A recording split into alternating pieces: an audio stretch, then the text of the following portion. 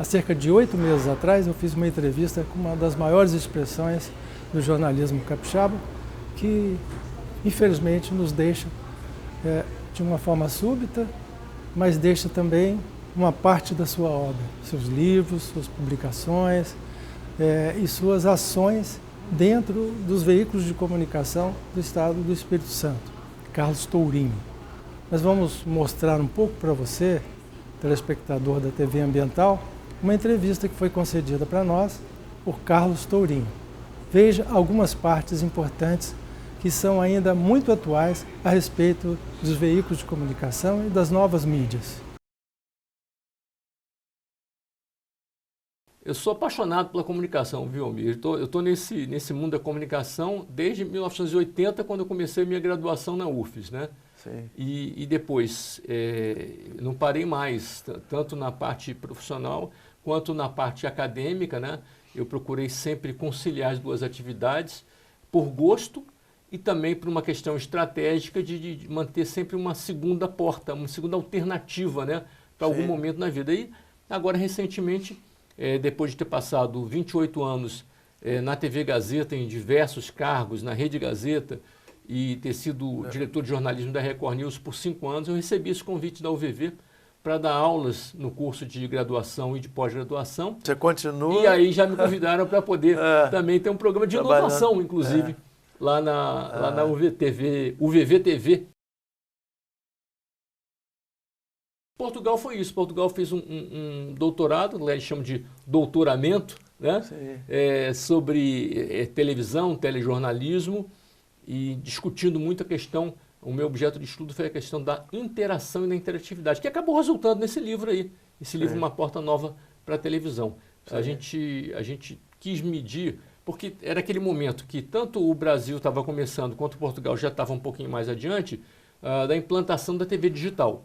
Primeiro é interessante saber por que mudou do analógico para o digital. Foi só para vender televisão nova, do ponto de vista da economia? Por quê? Ou para a gente ter apenas uma imagem melhor? Não. Porque, na verdade, a TV analógica ela ocupa um espaço no espectro radioelétrico, né, de sinais. Muito grande, né? Muito grande e é extremamente importante para a telecom, para o sistema de telefonia 4G.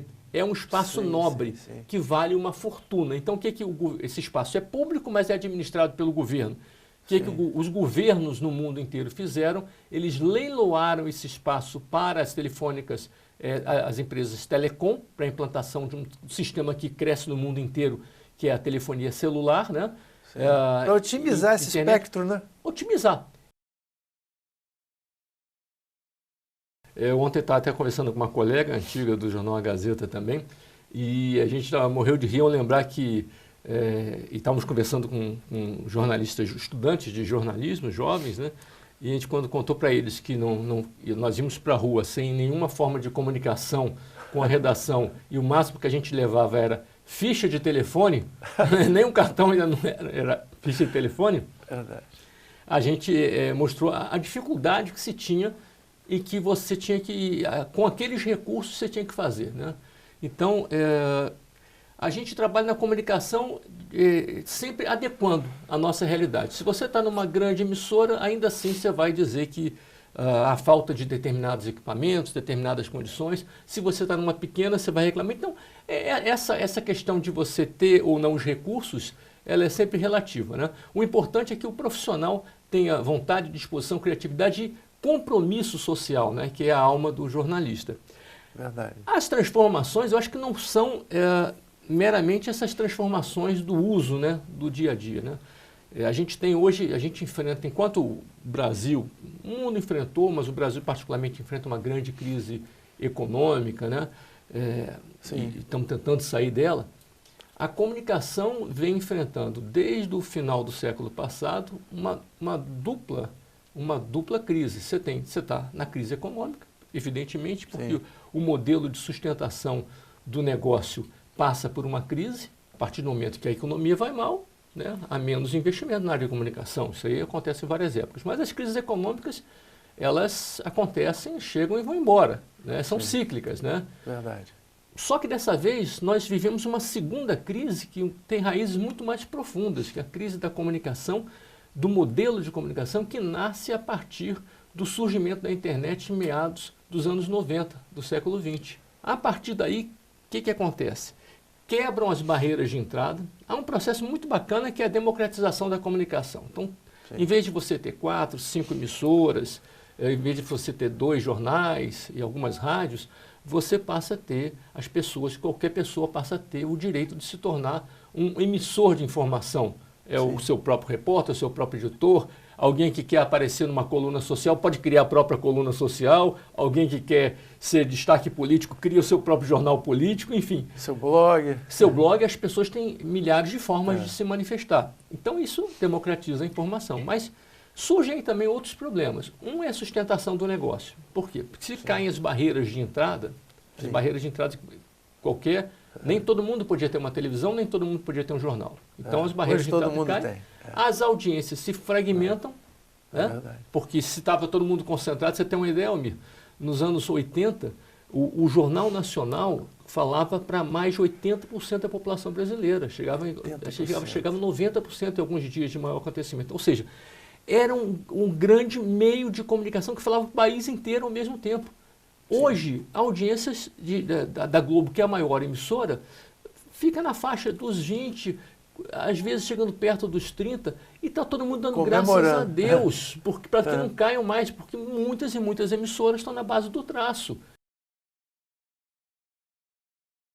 Nesse livro aqui eu falo mais porque eu tenho dedicado minha carreira a 2 temas, 2 macro temas, né? Um é o da comunicação, onde inclui jornalismo, e outro é o da inovação, quando se relaciona à comunicação, né?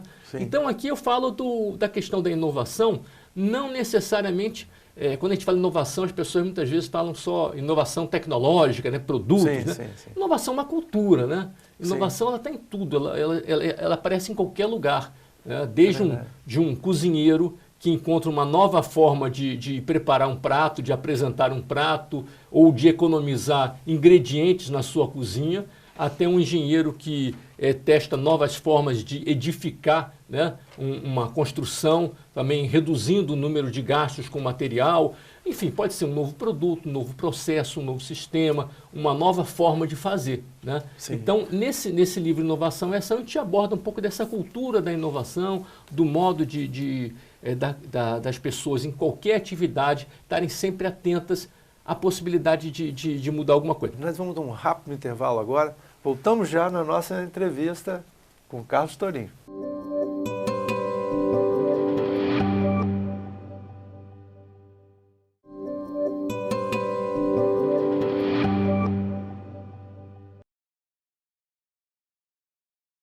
No mundo em que você não pode mais confiar nas informações, é um mundo em que a sociedade está correndo um sério risco, né?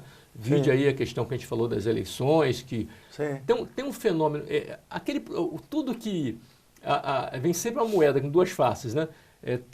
A democratização da informação trouxe um problema, de fato, que é essa profusão das informações falsas. Mas já está surgindo um remédio para essa doença, né? Qual é? São agências de fact-checking, checagem de informação. É um fenômeno relativamente novo, no crescimento. Já existia lá no final do século XX alguma coisa no mundo, mas era pouca. Hoje está crescendo rapidamente. Existem no mundo hoje em torno de 150 agências de checagem de informação, praticamente em quase todos os países mais importantes. No Brasil nós temos 4 agências, uma em São Paulo, uma no Rio, uma em Brasília e uma em Belo Horizonte. Ainda é muito pouco. Por exemplo, há perfeitamente espaço para ter uma agência de checagem de informação no Espírito Santo. Como é que essas agências trabalham? Elas trabalham num princípio de pesquisa e de jornalismo. Você sai uma notícia, um político, por exemplo, faz um pronunciamento dizendo: olha, eu sou um cara que no meu último governo, ou na experiência que eu tive como secretário, eu construí 500 escolas públicas, isso mostra meu compromisso com a educação. Ele fala isso, por exemplo. A agência de fact-checking vai pegar aquele número e imediatamente vai checar. Ele construiu 500 escolas, então como é que ela vai checar isso? Ela vai atrás de fontes oficiais do Ministério da Educação, das Secretarias de Educação, do IBGE, né, do Instituto Jones Santos Neves, enfim, ela vai cercar os portais de acesso à informação, onde estão as informações brutas, né? E com essa base de dados ela vai descobrir. Então, por exemplo, ele chegou, ele falou que construiu 500 e ele chegou a construir 150. Sim. Então ela vai falar assim, ó, ele construiu, mas exagerou. E vai dizer, 70%. e vai dizer, vamos dizer que ele não tenha construído nenhuma. Ela vai falar assim, é mentira. Isso. Ele não construiu. Então, essa possibilidade de você, de uma forma científica, não bate-boca, mas de uma forma científica, você começar a desmascarar as mentiras, inibe o mentiroso. É verdade. Né? Agora, é claro que isso nós estamos falando dessas mentiras ditas por pessoas que têm uma repercussão maior, que vá provocar uma ação dessas agências de fact-checking ou de jornais que contratem o serviço dessas agências. Mas aquela pequena mentira, aquela que prolifera, essa que pode consolidar, de repente, uma informação, né? Isso aí que tem que ser feito. Nós temos que aprender a lidar com isso e a desconfiar. Existem também alguns mecanismos. Você buscar o autor da informação, o link por onde veio aquilo, certificar se aquilo é verdadeiro ou não, sempre ficar com a luzinha vermelha acesa diante de uma informação muito espetacularizante, né? Uma coisa que chame muita atenção, muito estranha, você ficar atento. Por exemplo, o modelo de negócio dessas redes sociais, Google, Facebook, então, ela paga por visualização. Que é o Google AdSense, por exemplo. Né? Então, essas redes, esses grandes sites e redes sociais já estão começando a rever isso, porque isso era um estímulo à notícia falsa. Então, você coloca lá uma informação dizendo que um artista conhecido, alguém muito conhecido, fez uma coisa absolutamente inusitada. Aí vai todo mundo clicar ali. Aquela pessoa vai ganhar dinheiro. Mesmo, né? Ou um remédio que cura tudo, cura absolutamente tudo. Né? Aí a pessoa clica. Então você tem que desestimular essa prática comercial que incentiva a notícia falsa. Mas sempre restará notícias falsas ditas de maneira irresponsável por quem quer apenas brincar, né? Ou quem tem algum interesse, né, pessoal nessa história. Então todos nós temos que estar atentos, muito atentos a essa leitura. A comunicação do Espírito Santo está de luto pela ausência dessa grande figura, essa grande expressão do nosso jornalismo. Carlos Tourinho, vai em paz.